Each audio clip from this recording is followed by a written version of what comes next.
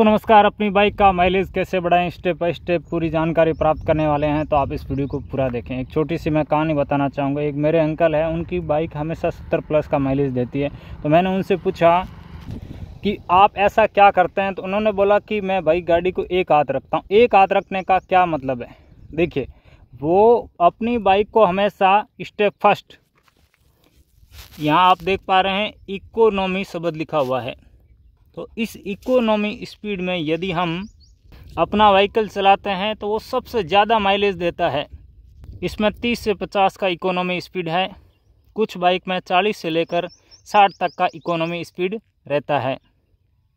दूसरा पॉइंट आता है दोस्तों, यहाँ पर ये कुछ स्टिकर लगे हुए, इनका कुछ मतलब है। अभी इसको और भी हम प्रैक्टिकल में देखेंगे, तो आप इस वीडियो को पूरा देखें।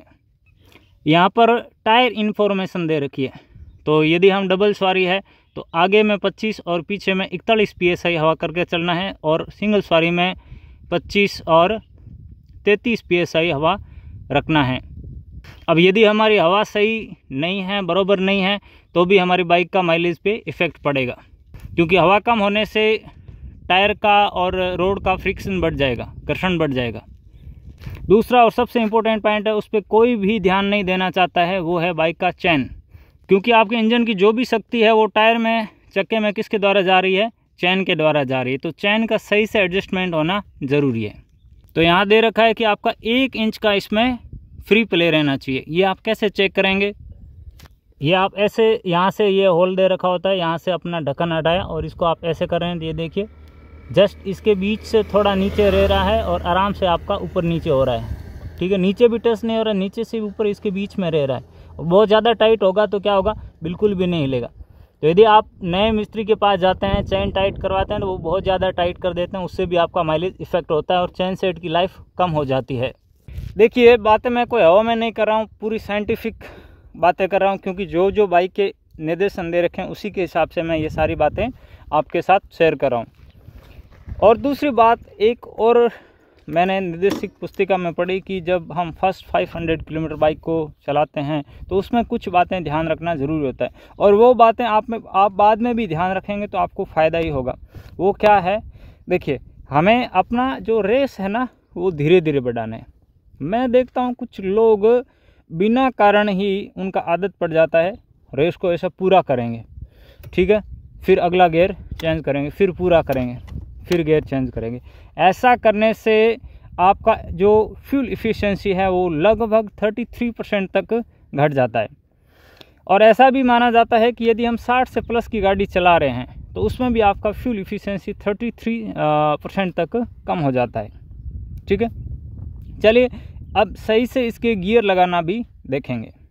दूसरा पॉइंट एक और इम्पोर्टेंट मैं भूल गया कि बाइक की सर्विस टाइम पे करवाना चाहिए। कैसे पता लगेगा कि सर्विस कब कराएं, उसकी निर्देशिक पुस्तिका दे रखी है उसमें, या अपने सर्विस सेंटर से पता लगा सकते हैं। जैसे इसका मैंने फर्स्ट सर्विस 1000 रुपये कराया, अगला सर्विस 5500 से 6000 या 180 दिन के अंदर करवाना है। ठीक है, स्टार्ट करने का सही तरीका देख लो, इतना ही दबाना है। कुछ लोग क्या करते हैं, बहुत ज़्यादा रेस देते हैं, इसको बहुत टाइम तक दबा कर रखते हैं। क्लच दबाओ, इसके देखिए 4 गियर लगने वाले हैं, 1 नंबर में हमेशा रवाना करना है। ठीक है, रवाना करने का तरीका देख लो, हल्का रेस फिक्स करेंगे, क्लच को धीरे धीरे आगे जाने देंगे। जैसे बाइक हमारा पूरी तरीके से रवाना हो गया तो अपना क्लच आराम से पूरा छोड़ दिया। फिर देखिए, मैंने कोई ज़्यादा रेस नहीं दिया है, हल्का हल्का रेस दिया, थोड़ा स्पीड हो गया लगभग 10 के लगभग। ठीक है, तो मैं तुरंत अपना 2 नंबर गियर लगा दिया, फिर क्लच छोड़ दिया। अब मैं इसको स्पीड को लेके जाऊंगा धीरे धीरे, देखिए 20 का स्पीड में लेके गया हूं और मैंने अपना 3 नंबर लगा दिया।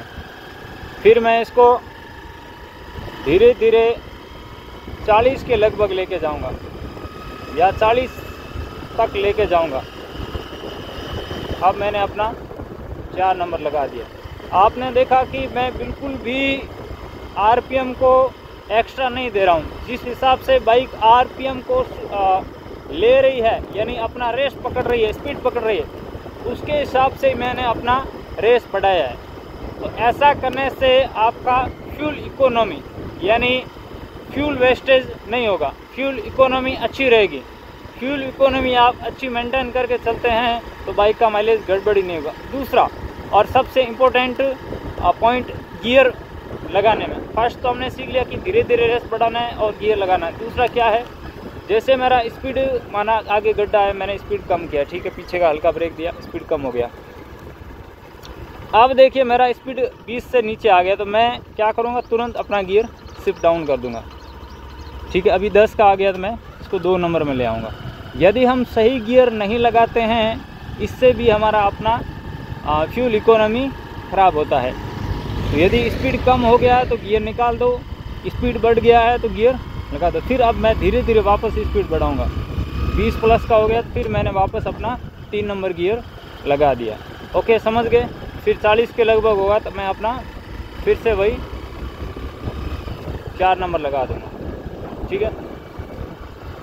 और रोकते समय हमें एक्स्ट्रा गियर नहीं निकालने।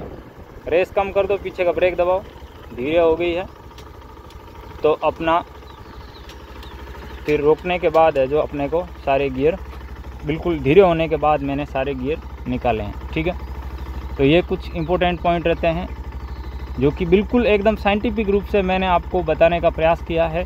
इसमें मेरी तरफ से मैंने कुछ भी ऐड नहीं किया। जैसा इस बाइक की निर्देशिक पुस्तिका बताती है, जो अनुभवी लोग बताते हैं, उनकी बातें मैंने आपके साथ शेयर करने का प्रयास किया है। वीडियो कैसा लगा नीचे कमेंट कर बताएं। इस चैनल को सब्सक्राइब करें। अगले वीडियो में जल्दी फिर मिलते हैं। सुरेंद्र खिलेरी यूट्यूब पर सर्च करें और हमारे अन्य वीडियो देखें।